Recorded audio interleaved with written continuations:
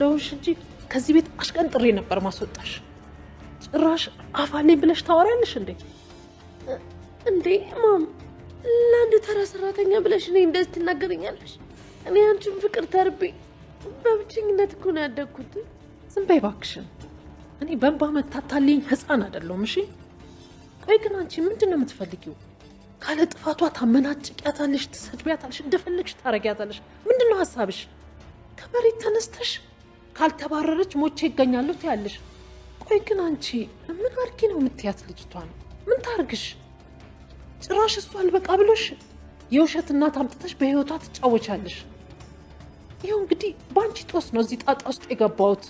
ማም፣ ሌላ ደግሞ ያዘዘችኝ ምንም ስራ የለም። እሷ አስታዘዝሽ ብቻ ነው እንዴ የምትሰሪው? አንቺ ገረድ፣ የእሷ ልጅ መሆን የረሳሽው እንዴ? እኔ አዘዝኩሽ ማለት ደግሞ እሷ አዘዘችሽ ማለት። አዎ፣ ግን አንቺ እሷ ልጅ አይደለሽም።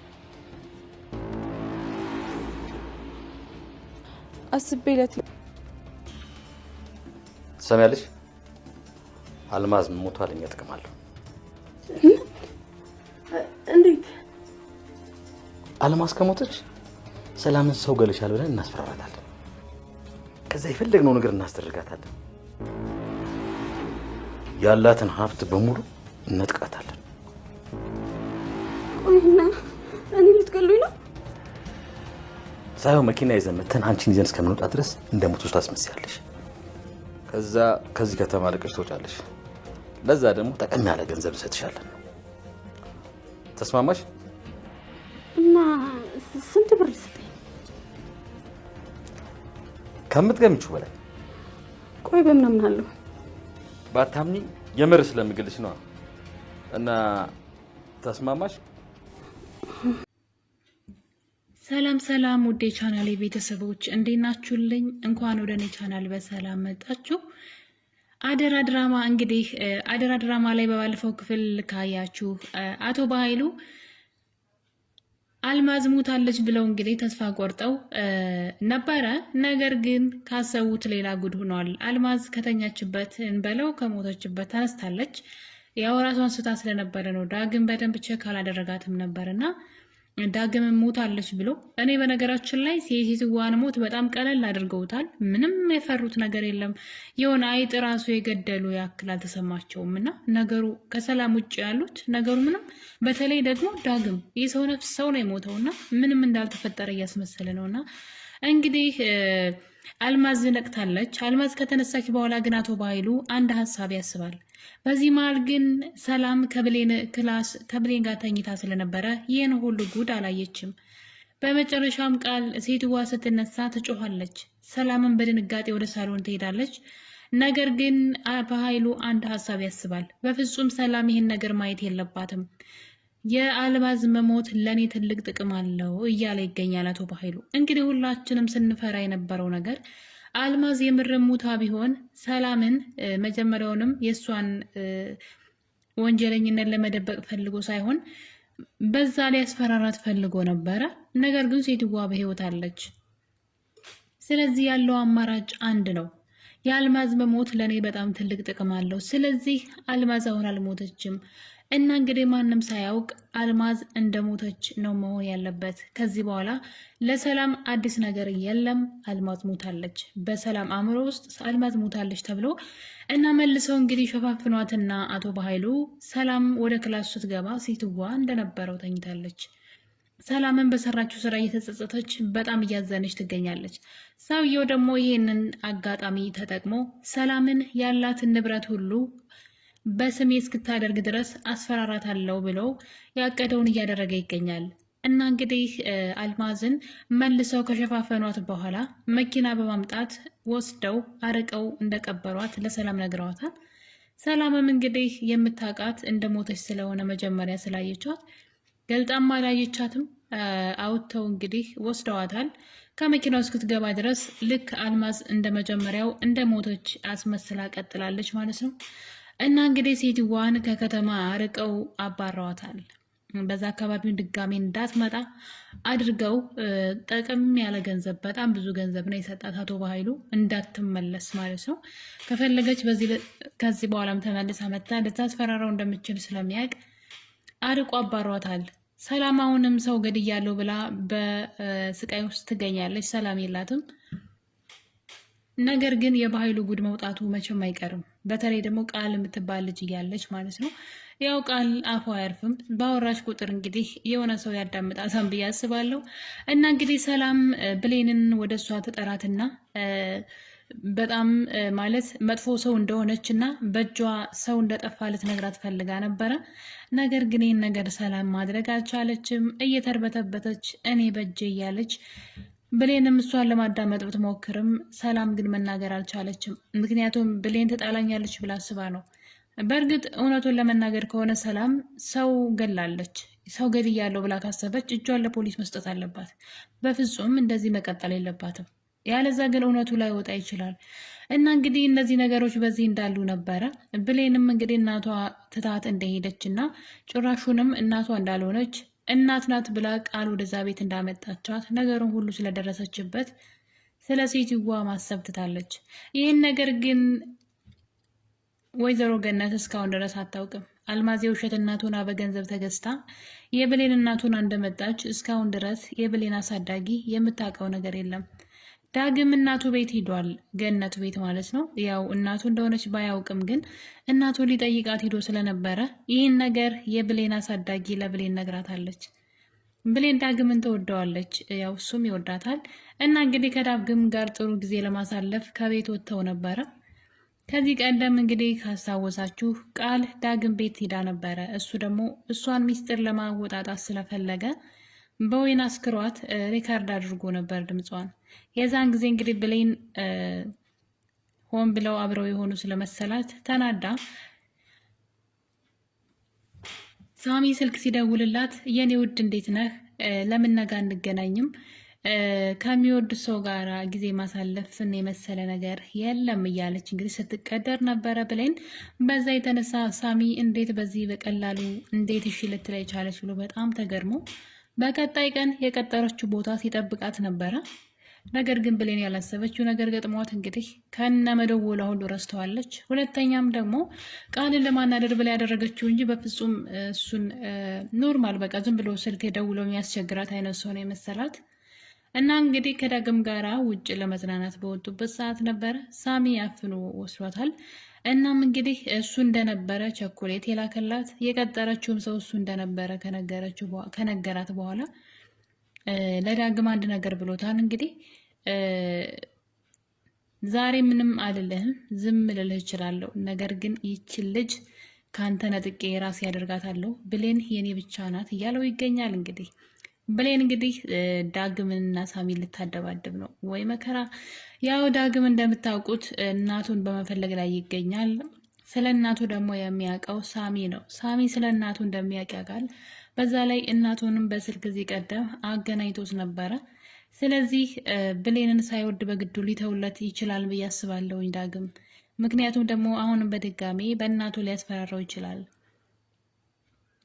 በእርግጥ ዳግም ጎበዝ ከሆነ ወደ እናቱ አሁን ላይ እየተቃረበ ይገኛል። በተደጋጋሚ ወይዘሮ ገነትን ሲያገኛት የሆነ የማውቀሽ የሆነ ቦታ ያየውሽ ሰው ትመስኛለሽ፣ ይሄ ቤቱ አካባቢው ደግሞ የሆነ ከድሮ ጊዜ የማቀው ብዙ ጊዜ የማቀው እየመሰለኝ ብቻ የት እንደማቀው አላቅም እያለ እንግዲህ ያው ያደገበት ቤት ነው። እንዴት አቶ በኃይሉ እንግዲህ አሳልፎ ለሌላ ሰው ሲሸጠው ያው ገንዘብ ወዳድ ነው። አቶ በኃይሉ በጣም ስግብግብ ሰው ነው እንደምታዩት። ለገዛ እህቱ እንኳ የማይመለስ ጭራቅ ሰውዬ ነው። እና ያኔ እንግዲህ እሱ ኳስ የተጫወተ የነበረበት ጊዜ ነው። እንዴት ተወልዶ ያደገበትን ቤት ሊረሳው እንደቻለ አላቅም። በእርግጥ 18 ዓመት በጣም ብዙ ነው፣ ብዙ ነገር ይረሳል። ግን ኳስ የሚጫወትበት እድሜ ላይ ከነበረ እንዴት ሊረሳው እንደቻለ ባላውቅም እሱ ግን ጭራሽ አያስታውስም። ነገር ግን ወይዘሮ ገነትን የሆነ ቦታ ያያት ይመስለዋን ሲያያት፣ ያው የእናትና የልጅ ነገር ስለሆነ ነው። ታሬ ደግሞ ስለ እሱና ጠንቅቆ ስለሚያውቅ ምናልባት በእናቱ በድጋሚ ያስፈራርቶ ብሌንን ከሱ እንድትርቅ እንዳያደርግ በጣም እየፈራው ነው። ታሬ ደግሞ በጣም ተናዷል። ምክንያቱም ደግሞ ቀጥራኝ እንዴት እኔ ላይ ትቀልዳለች ብሎ ስለተናደረባት እሷን ለመበቀል ሲል ከዚህ በኋላ ከዳግም እሷን ፈልቅቆ ለመውሰድ የማይጥረው ነገር አይኖርም ብዬ አስባለሁ። ያው ዳግም ደግሞ እንግዲህ ከእናቱና ከፍቅሩ መምረጥ ይኖርበታል፣ ግዴታ ነው። ያው ለዘመናት ሲናፍቃት የነበረችው እናቱን ሳሚ በድጋሚ እናትን ጎዳባለሁ ካለው ምናልባት ብሌንን ሊተዋት ይችላል ብዬ አስባለሁ። ብሌን አሁን ላይ በጣም ጎበዝ ሆና ተነስታለች። እንግዲህ ከዳግም ጋር ቃል ታያትና ብሌንን ከሱ ጋር ምን ትሰሪያለሽ? አንቺ ገረድ የቤት ሰራተኛ መሆንሽን ረሳሽ ወይ? ግቢና አሁን አርፈሽ ስራሽን ስሪ በማለት እንደለመደችው ቃል ለመናገር ስትሞክር ብሌን እኔ ትዬን አስፈቅጃትና ፈቅዳልኝ ነው፣ ስለዚህ ስራ ጨርሻለሁ አልገባም ትላታለች። እና እኔን አትታዘዥም ወይ? እኔ እኮ ልጇ ነኝ ትላታለች። አዎ ልጇ ነሽ፣ ልጇ ብትሆኝ ታዘዝሻለሁ፣ ግን አንቺ የሰላም ልጅ አይደለሽም። ስላልተናገርኩኝ ረስቸዋለሁ ማለት አይደለም። ዝም ስላልኩኝ ነገሩን የረሳው እንዳይመስልሽ፣ አንቺ የሰላም ልጅ አይደለሽም ብላ እንግዲህ ቃልን አፏን አዘግታታለች። ሰላም ደግሞ እንግዲህ አሁን ላይ ብሌንን በጣም እየቀረበች ትገኛለች። እሷ የምታስበው የብሌን እናትን ገድያለሁ ብላ ስለምታስብ ለብሌን እናቷ ነኝ ከዛሬ በኋላ እያለች ትገኛለች። በዛም የተነሳ እንግዲህ ቃል ብሌን አልታዘዘኝ ብላለች፣ እየሰደበች ነው፣ ከሰው ፊት አዋረደችኝ፣ ስለዚህ ከዚህ ቤት አባሪያት ብላ እንግዲህ ሰላምን ሄዳ ትጠይቃታለች። ሰላምን በነገሩ ትናደድና ብሌን አንቺን አሰድብሽም፣ ለምንድን ነው ልጅቷን የምታሰቃያት? ከዛሬ ጀምሮ ብሌንን ቀና ብለሽ እንዳታያት፣ እናቷን ገድዬባታለሁ፣ እሷ አሁን እኔ ነኝ እናቷ ሆናታለሁ፣ የኔ ልጅ ናት በማለት ከእሷ ላይ አንድ ነገር ስታደርጊ እንዳላይሽ በማለት እንግዲህ ቃልን ዋጋውን ሰጥታታለች። በዛ ላይ ቃል እናትየዋን ለማስፈራራት እየሞከረች ነበረ። ወይኔን ወይ እሷን መምረጥ ይኖርብሻል፣ ያለዛ ግን እኔ ይህን ቤት ለቅቄልሽ እሄዳለሁ አይነት ነገር እማደርገውን አታውቂም በማለት ሰላምን ለማስፈራራት እየሞከረች ትገኛለች። ሰላም ግን እንደፈለገሽ መሆን ትችያለሽ፣ ተስማምተሽ መኖር ካልቻልሽ የፈለግሽውን አድርጊ ብላለች። ሰላም አሁን ላይ ልክ ስላልሆነች፣ በዛ ላይ ደግሞ የቃል ልጅነት በፍጹም አላመነችበትም። ከቀን ወደ ቀን እሷ ወደ ብሌን እየቀረበች ትገኛለች። ብሌን እናቷን ፍለጋ ስትዳክር፣ ሰላም ደግሞ ወደ ብሌን እየቀረበች ነው የምትገኘው። ያው እስካሁን ድረስ አንድም ነገር ብሌን ሰላም እናቴ ትሆናለች ብላ አልጠረጠረችም። አቶ በኃይሉ እንግዲህ አልማዝን ደብቆ ሌላ ድራማ ጀምሯል። በነገራችን ላይ አሁን ላይ ቃል አንድ ነገር ማድረግ አለባት፣ ከሰላም ጎን መቆም አለባት። ምክንያቱም ደግሞ አቶ በኃይሉ አልማዝ ሳትሞት ሙታለች ብሎ ከቃል ፍቃድ ውጭ ማለት ነው፣ ከቃል ከምትወርሰው ውርስ ውጭ የሰላምን ንብረት በጎን በኩል ለመውሰድ እየሞከረ ነው። መጀመሪያ ሀሳቡ እሷ ሰላምን ገላት ንብረቱን በስሟ ካደረገች በኋላ 75%ን እሱ ሊወስድ 25%ን ለእሷ ሊሰጣት ነበረ ከቃል ጋር የተነጋገሩት።